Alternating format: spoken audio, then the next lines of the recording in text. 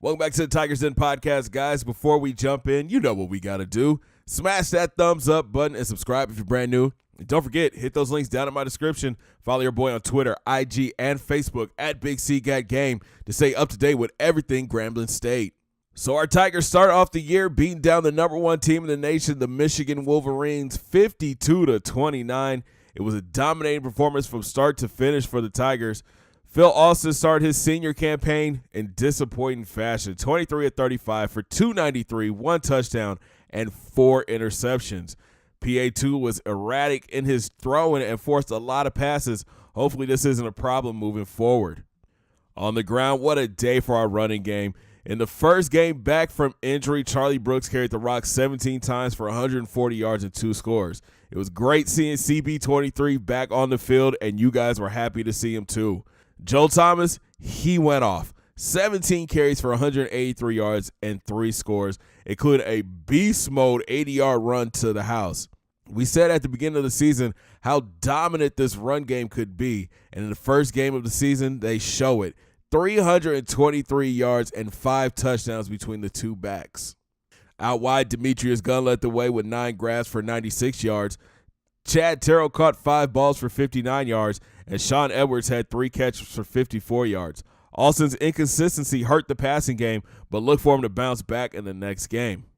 On defense, safety Chris Ferrara led the way with 8 tackles. Freshman linebacker Brandon Ginn had 7 tackles, and captain Josh Carey had 5 tackles with 2 interceptions.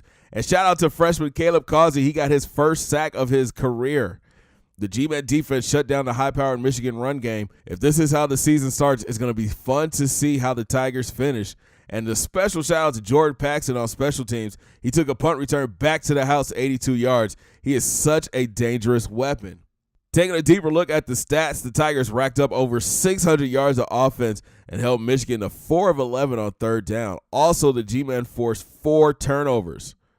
So we put a bow on week 1 and take a look at the polls. We have a new number 1. It's USC. They move up a spot. Then Oklahoma, North Carolina, Ohio State. Bama's in at 5. Texas A&M is 6. Then Nebraska, Florida State, Penn State, and Michigan fell 9 spots to 10. So where are our Tigers? Well, they moved up 2 spots to 15. Not sure why we jumped up only 2 spots. It's crazy to me that after dominating the number 1 team in the nation, we only are up 2 spots. Comment down below. Let me know what you guys think. Should Grambling State be ranked higher?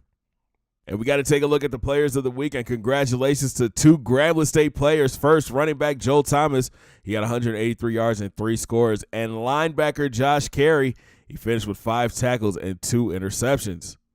After the game, I had some concerns. Right outside linebacker Jason West had a tough game. He wasn't getting off of blocks, and he was missing a lot of tackles. So look for safety Will Gibson. He's a senior this year to see more playing time. He has a stronger tackling ability, but is a little bit slower than West.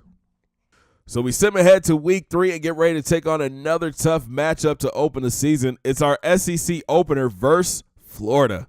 Last year, they handed our Tigers their only loss on the season, but Grambling State got the revenge in the SEC title game. Florida comes in 0-1 on the season after losing to Bama 45-28. The Gators are led by senior quarterback Jake Allen. He's a very accurate QB with some running ability. In the backfield, he's handing off to senior Paul Simpson. Last season, we got a taste of what he is capable of in the SEC championship. Out wide, James Robinson is a monster. The G-Men secondary will have its hands full against this veteran receiving corps. Robinson, Green, and Moore are great route runners and have great hands. On defense, the Gators are stacked, led by DN Zachary Carter and outside linebacker Ventrell Miller.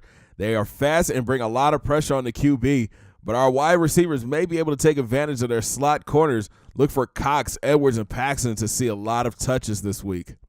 And it looks like Herbie is rolling with the Tigers. Thanks for watching, guys. Make sure you smash that thumbs up button and subscribe if you're brand new. And don't forget, hit those links down in my description and follow your boy on Twitter, IG, and Facebook at Big C Gat Game. And we'll talk from the swamp. Have a great day, guys. 2 fingers in the air. Peace.